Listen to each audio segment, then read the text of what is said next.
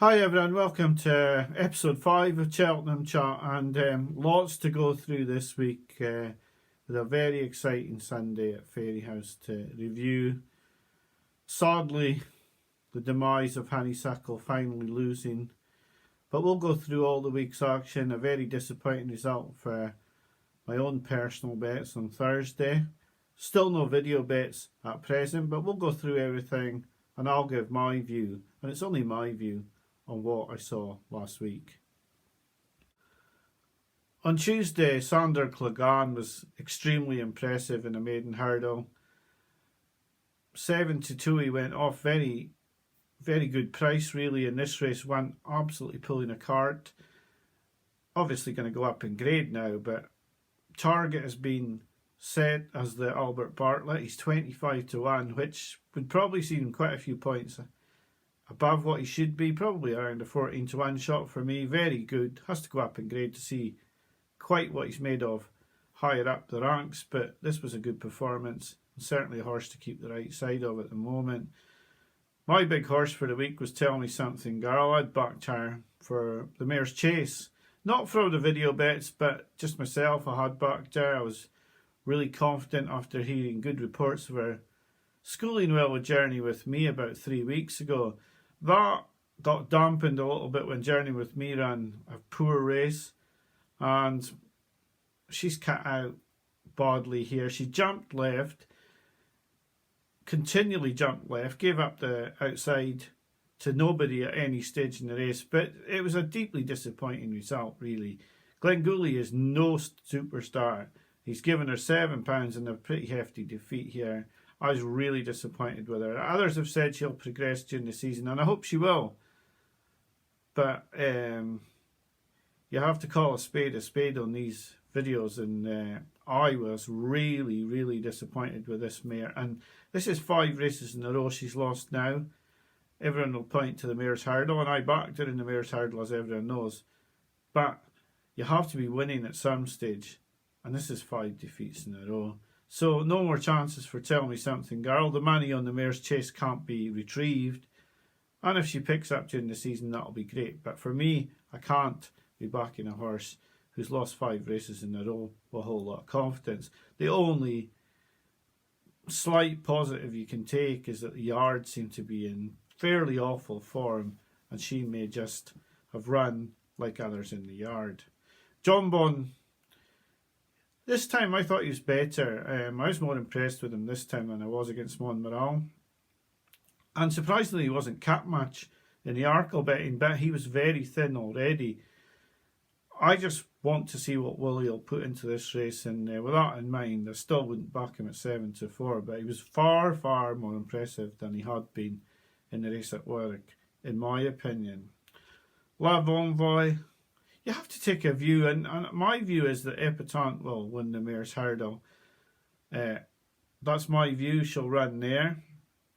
Love Envoy will be a hard horse to pass. She's won a handicap here. Stuck her neck out when she looked like she might have got beaten, might have been challenged. She's not going to be an easy horse to pass, but I would hope that Epatante, a champion hurdle winner and second and third, should be able to get the better of a horse like this, but you can never tell, and her backers will totally disagree with me. You don't see the bottom of some of these horses when they're just staying on and winning these races, but for me I would hope that Epatante would beat Love Envoy. Edward Stone, a horse I never get right, and I didn't get right on Saturday. Very good. His fencing was superb. And I keep underestimating, and I keep paying for underestimating Edward Stone. He was really impressive, and he is the rightful second favourite now.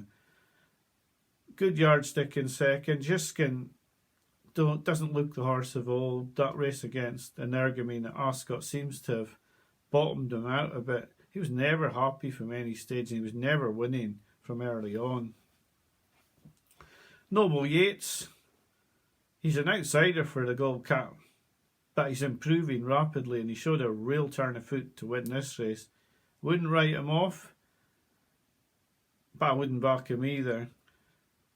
I'm not sure he can win a Gold Cup, but he's improving quite quickly after his Grand National win last season. Finally on the Saturday was Facile Vega, and I don't think you can read much into this. It was a totally one-sided affair. He didn't have a lot to beat, but he jumped well, and he's just the rightful favourite for the Supreme. It's hard to see him going up in distance, but we'll have to see him in a better race. But he looks to have taken all his bumper form into hurdles, and I think he's going to be very hard to beat in a Supreme. But you never know when he comes up against better rivals if his jumping might get put under a little bit more pressure. I'll get on to the top meeting at Fairyhouse on Sunday in the final part of the video. Lossiemouth won the juvenile hurdle, and she was, to my eye, extremely impressive, because she went round the outside the whole way and she ballooned a lot of flights. She was not slick over her hurdles. She was never making mistakes. She was just slow over them because she was jumping them way too big. But she's won pulling the cart behind her. She's absolutely bolted in. She's flown from the lost, looked like she just joined in, and I just think this was a phenomenal performance.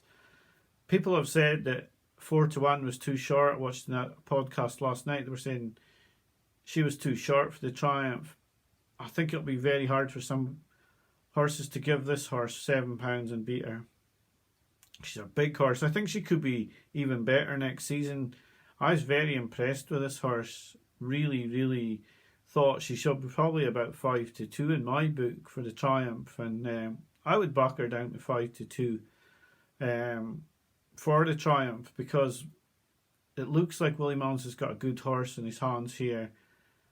She's won this very easily. There was good horses in behind. This wasn't a rubbish maiden. This was a good quality race. She's beat Sarak the Brave, who admittedly missed the last two out, but it was the way she finished the race out that really impressed me. I was highly impressed with Lossiemouth in this race. Marine Nationale, I've seen today that this horse will be aimed at the Supreme. He's picked up well to take out Irish Point late on. Irish Point probably could have done with the ground softening a bit earlier in the day. He's run a good race though in second. I'm just not totally convinced that these are the absolute top-notch 2-milers in Ireland, and I'm not convinced Marine Nationale can beat a horse like Facile Vega. So as much as it was impressive, I wouldn't be going completely overboard about the Royal Bond form. The first two were good, but whether they were absolute top-notchers, I sort of remain to be convinced. Mighty Potter was really good. 5-1 for the Turners. People thinking that's value. You can't argue with the manner of the win. It was really strong at the line. I would worry about his jumping around Cheltenham. He's made mistakes. He's won easily, but he's made mistakes while he's done it. And he's run a shocker at last year's Cheltenham Festival into the bargain. So as much as he was impressive, 5-1 for the Turners wouldn't be for me, just because of his course form and because of the errors he puts in. I would wonder if he could jump so poorly at Cheltenham and get away with it as he has in this race. It was very sad on Sunday to see Honeysuckle beaten. I would have liked her to go unbeaten to the champion and set up the big clash, but she has seemed to be going slightly regressive last season. I just put that down last season to the fact that the yard had very up and down form, and she managed to keep winning through the poor run of form. People have said that this distance was a bit too far, but she stayed on strongly to beat Benny Juju over this distance in the Mayor's Hurdle when she won it. I just thought she cat out like a horse, exactly like Tell Me Something Girl. And you have to add in a Plutard as well. You have to worry about stable form here. I thought she took the lead and was going to go and win, but she's cat out, and I don't believe it was the distance. I think it's yard form.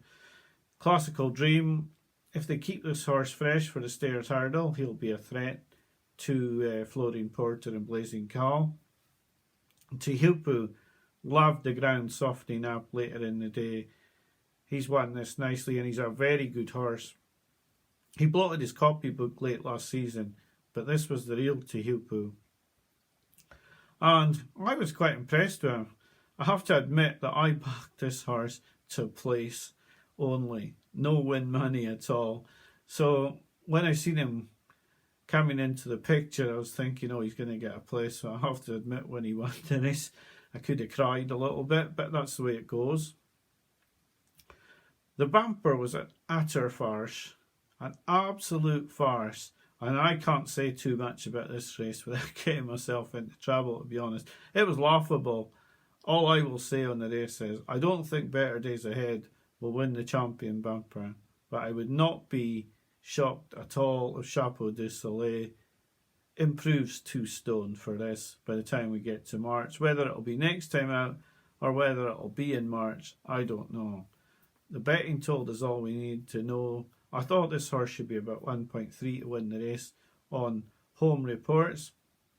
It was available at 1.49 most of the day and drifted to 1.84 just before the off, before strengthening up again. But for me, this was laughable, and like I think that Chapeau du Soleil is a good horse, and I think we'll see that later in the season. We didn't see it yesterday. But remember, Fernie Hollow got beaten in this bumper. I wouldn't write Chapeau du Soleil off in the slightest. So for me, the horses to tick out the weekend, the 2 most impressive winners for me were definitely Edward Stone for the champion chase, although I won't be backing him still against the Nergamine. He was lightning quick over his fences and really good. And Lossiemouth, I think, has got enormous potential, because I don't think she jumped that well at all, and she still won very, very easily. There's a lot more to come from this horse. So thanks for watching my video this week. I hope you've had a good week. I hope you have a good week coming up.